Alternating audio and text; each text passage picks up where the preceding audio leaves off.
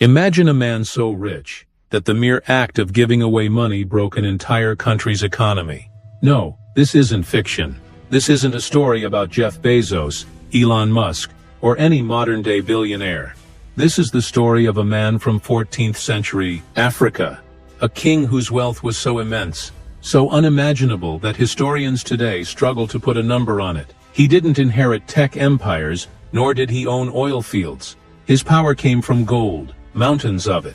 And when he decided to go on a pilgrimage to Mecca, he didn't just travel, he made the world stop and stare.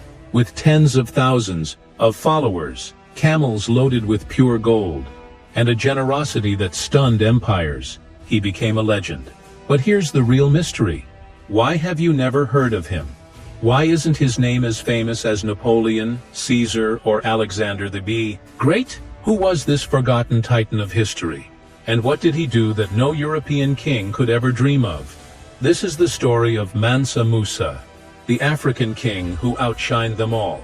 In the 13th century, while Europe was entangled in feudal wars and the aftermath of the Crusades, a different story was unfolding in the heart of West Africa. A story of wealth, wisdom, and rising power. This was the age of the Mali Empire. An empire that would soon become one of the richest and most influential in the world. Stretching across what is now modern-day Mali, Senegal, Gambia, Guinea, and parts of Niger and Nigeria, the Mali Empire wasn't just a large kingdom. It was a civilization built on intellect, trade, and abundance. Its beating heart was the Niger River, providing water, transportation, and fertile land. But what truly made Mali powerful was its control over two of the ancient world's most valuable commodities, gold and salt. West Africa held more than half of the world's gold supply during this era, and Mali controlled the most vital trade, routes that connected gold-rich forests of the south to the salt mines of the Sahara in the north. Merchants from North Africa, the Middle East, and even Europe crossed harsh deserts to do business in Mali. It was a land where wealth literally flowed like rivers.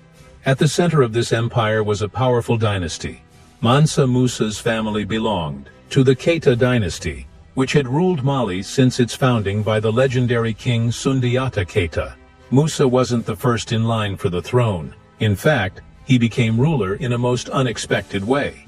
According to historical accounts, the reigning emperor, Abu Bakr II, was obsessed with exploring the limits of the Atlantic Ocean. He set sail with hundreds of ships, never to return. Musa, who had been appointed as deputy, took the throne in his absence. It was 1312, and the world had no idea that it was about to witness the rise of the greatest king Africa would ever know. In the year 1312, Mansa Musa officially took the throne of Mali.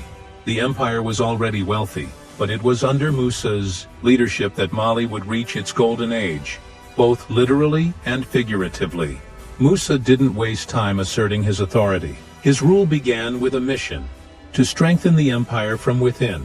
He reorganized the administration, appointed loyal governors in key regions, and ensured that justice flowed through his kingdom like the Niger River itself. Mali became a well-oiled machine, efficient, fair, and thriving. But Musa was not just a ruler. He was a visionary. He understood that power wasn't only maintained by swords, but also by stability, diplomacy, and prosperity. Under his reign, Mali's military was expanded to secure borders, protect trade routes, and deter rebellion. Cities that had once challenged the empire's authority were brought into the fold through peaceful negotiations or strategic alliances. Musa used both wisdom and strength to grow his empire without unnecessary bloodshed. And as Mali grew, so did its trade. Musa encouraged long-distance commerce with Arab traders, Berber caravans, and even European merchants. Gold, ivory, kola nuts, and salt passed through the empire like lifeblood. In return, Mali received goods, knowledge, and influence. He also invested heavily in infrastructure. Roads were improved, rest stops for caravans were built, and trade hubs flourished under his supervision. Towns became cities, and cities turned into centers of learning and culture. Musa believed peace was the true path to prosperity. He ruled with justice, promoted Islamic scholarship, and ensured religious tolerance for those under his reign. His people respected him not just for his wealth, but for his fairness. But as grand as Mali had become under his rule, the world had yet to witness the most astonishing chapter of his legacy, a journey that would shake the known world and forever carve his name into history. In 1324, after over a decade of steady rule and remarkable growth, Mansa Musa decided to undertake the sacred journey that every devout Muslim aspires to, the Hajj, the pilgrimage to Mecca. But this would not be an ordinary religious trip. What Musa planned would go down in history as the most extravagant pilgrimage the world had ever seen. To prepare, he assembled a caravan of truly legendary scale. Over 60,000 men, including soldiers, officials, slaves, and attendants. Among them were 12,000 servants, each dressed in fine silk and carrying gold bars. 100 camels followed the procession, each bearing up to 300 pounds of pure gold. This wasn't just a display of wealth, it was a declaration of Mali's power, prosperity, and place on the world stage. As they journeyed across the Sahara, the spectacle awed every region they passed, from the deserts of the Tuareg tribes to the bustling cities of North Africa. But it was in Cairo, Egypt, that Mansa Musa's pilgrimage caused true economic shockwaves. Musa was received like royalty by the Sultan of Egypt, but it was his generosity that left Cairo in awe. He handed out gold to the poor, bought luxury goods, funded mosques, and gifted so much wealth that gold's value in the city crashed overnight. The sudden influx of gold devalued the currency, causing inflation that reportedly lasted over a decade. This unintended economic earthquake made headlines across the Islamic world and beyond. Mansa Musa became a legend. His name and wealth carried on the tongues of traders, scholars, and rulers from Spain to India. But Musa wasn't just flaunting riches, he was planting seeds. Along the way, he invited scholars, architects, and craftsmen to return with him to Mali. His Hajj became not only a journey of faith, but a mission to transform his empire into a beacon of Islamic culture and learning. And upon his return, that transformation began. When Mansa Musa returned from his historic pilgrimage, he brought more than just fame and stories.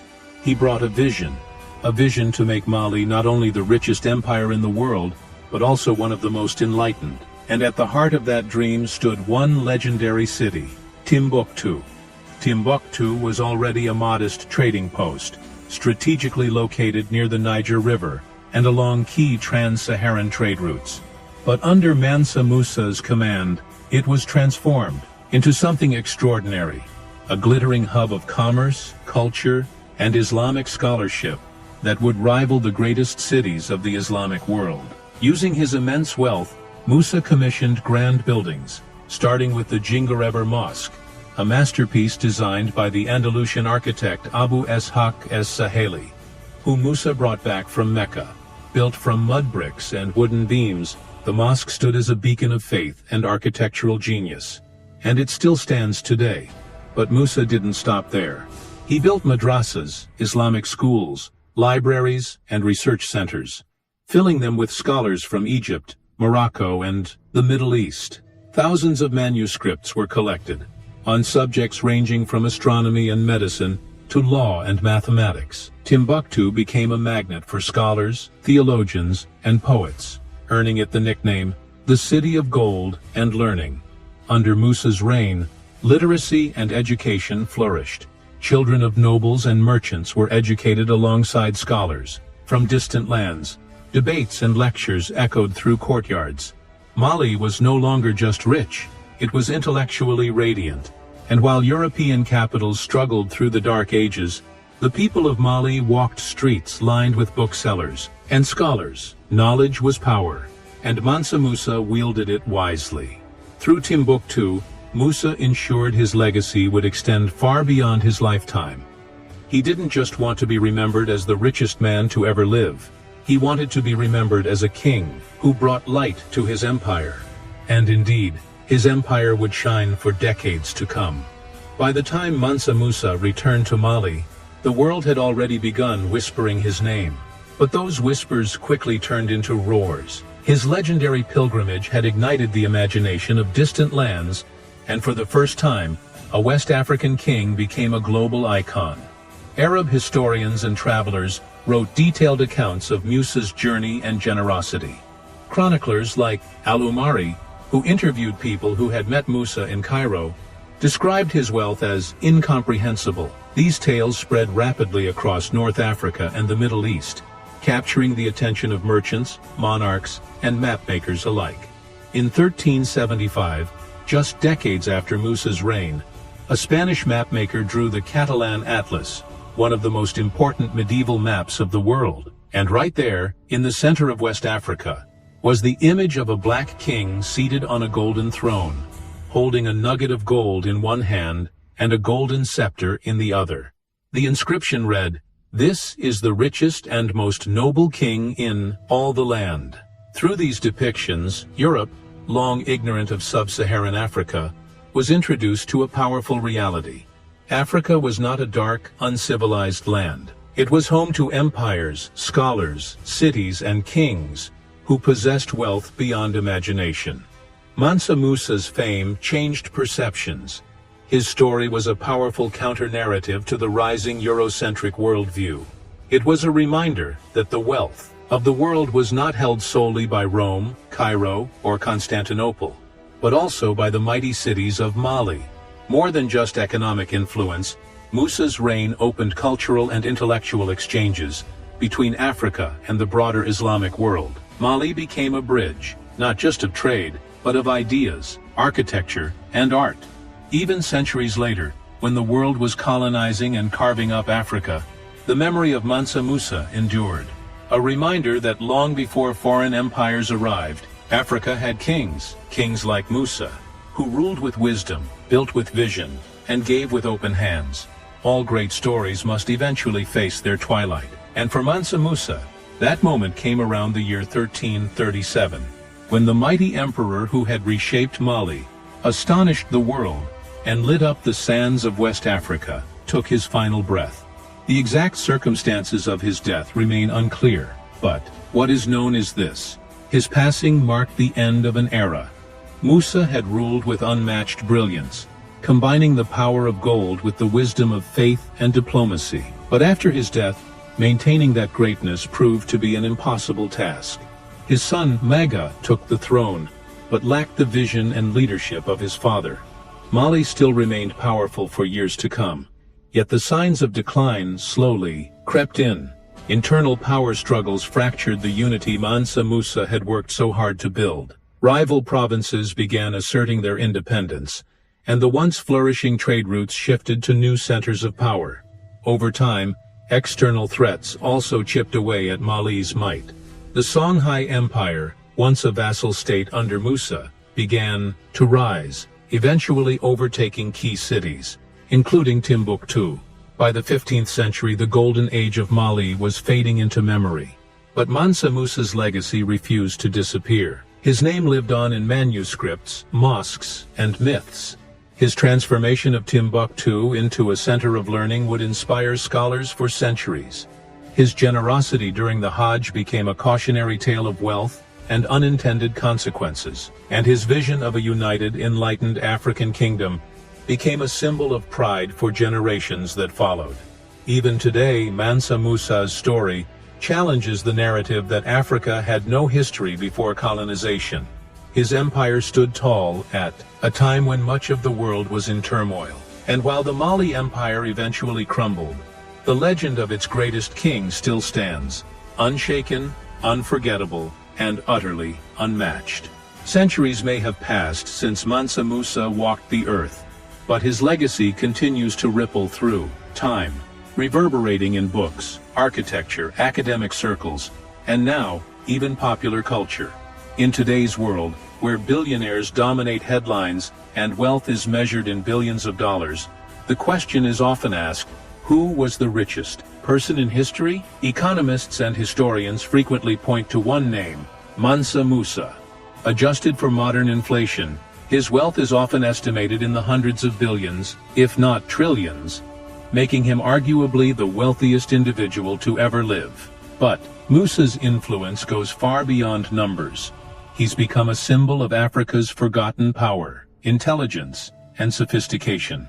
In classrooms around the world, educators now use his story to challenge outdated stereotypes of Africa as a continent. Without history, his reign offers a vivid example of a time when African kingdoms thrived, traded globally, and nurtured centers of learning. In Mali, his memory lives on through the ancient manuscripts of Timbuktu, carefully preserved in dusty libraries, and in the mud walls of mosques that still call the faithful to prayer. His architectural legacy still shapes the aesthetic of West Africa, while his name echoes in songs, documentaries, and digital art. Even global tech companies and creatives have paid homage to him. From being featured in video games like Civilization, to discussions in wealth documentaries and viral YouTube videos, Mansa Musa has become an icon of unmatched prosperity and cultural depth. But perhaps the most important aspect of his legacy is what he represents. The idea that greatness can rise from anywhere, that wisdom, wealth, and wonder don't belong to any one corner of the globe. In the modern narrative of Africa's rise, Mansa Musa is no longer a forgotten king. He is a reminder, a beacon from the past, of what African power, leadership, and vision once looked like, and what it can be again. Mansa Musa's story is not just one of unimaginable wealth and grandeur. It is a story of vision, wisdom, and the transformative power of leadership. A king who understood that wealth alone was not enough to build a lasting empire. He understood the value of knowledge, culture, and faith. Today, his legacy is more than just the tale of a man who traveled with the wealth of nations. It is a testament to Africa's greatness, a reminder that long before the world's focus shifted to the West, African kingdoms had already risen, thrived, and left indelible marks on history. Mansa Musa reminds us that greatness is not confined to borders or time. True power transcends history. As we look forward to Africa's future, we must remember the kings and queens, scholars and visionaries who laid the foundations of this continent's brilliance. Mansa Musa's journey is far from over. His spirit lives on in the hearts of every African who dares to dream big, who believes in the impossible, and who knows that greatness can emerge from anywhere. The story of Mansa Musa is not just ancient history. It is a call to action. It is a legacy that, like gold, will never lose its value.